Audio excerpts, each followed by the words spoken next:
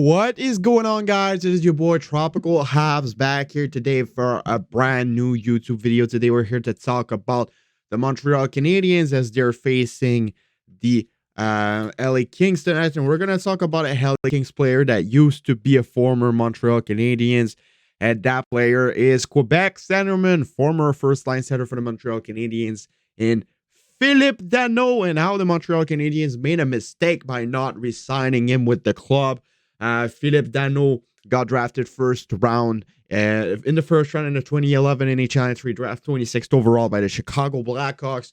Got acquired in 2015 by the Montreal Canadiens for Dale Weiss and Tomas Fleischmann.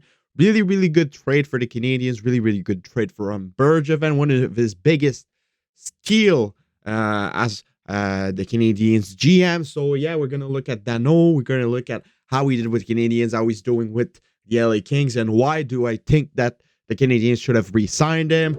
So yeah, after some difficult start with the Chicago Blackhawks organization in the NHL and his professional career, Philippe Danault played 3 seasons with the Rockford Ice Dogs in the AHL. Never really got called back in the NHL. Played 2 games in the 14-15 season and played 30 in the 15-16 season, where he got 5 points in 32 games in total with the Chicago Blackhawks in his career. Got traded in Montreal, and he started producing and being a useful player automatically, where he got 5 points in only 15 games in his first season with the Canadiens, which is the same total as he did with the Blackhawks in 32 games. The year after that, it was really the breakout of Philippe Danault, where he got 40 points in 82 games. First full season in the NHL, he gets 40 points. And he was a +5, so really, really good. He was good defensively, good offensively. So really good season there by Philippe Danault. The year after, he got 30 and 52. The year after, he got 53 points, which was his best year as a Canadiens offensively. He got 12 goals, 41 assists. 47 point a year after, 24 and 53 in the COVID year. And then he got with the LA Kings as a free agent the year after, and he automatically break out offensively, where he got his highest scoring season with 27 goals and 51 points. Really, really good season last year for Philippe Danault with the LA Kings. And so far this year, he has 19 points in 21 games, which is really good as well. His best start of the season in his career. And he has 7 goals. So, yeah, Philippe Danault, who is a really good shutdown center. Really, really solid defensively. You want to have this guy on your team when you are in the playoffs. And we saw it in the Montreal Canadiens playoff run, where in the last season of Philippe Danault in Montreal, he stood up against Matthews, stood up against Shifley, Wheeler. He stood up against the big line of the Golden Knights, and he even played really good against the top line in Tampa Bay, because they weren't the trio scored most of the goals for Tampa Bay. Most of the goals from Tampa Bay in that series were coming from the Yanni Gourde line. So, yeah, Philippe Danault was a huge part of that playoff run for the Canadiens that year, along with Carey Price.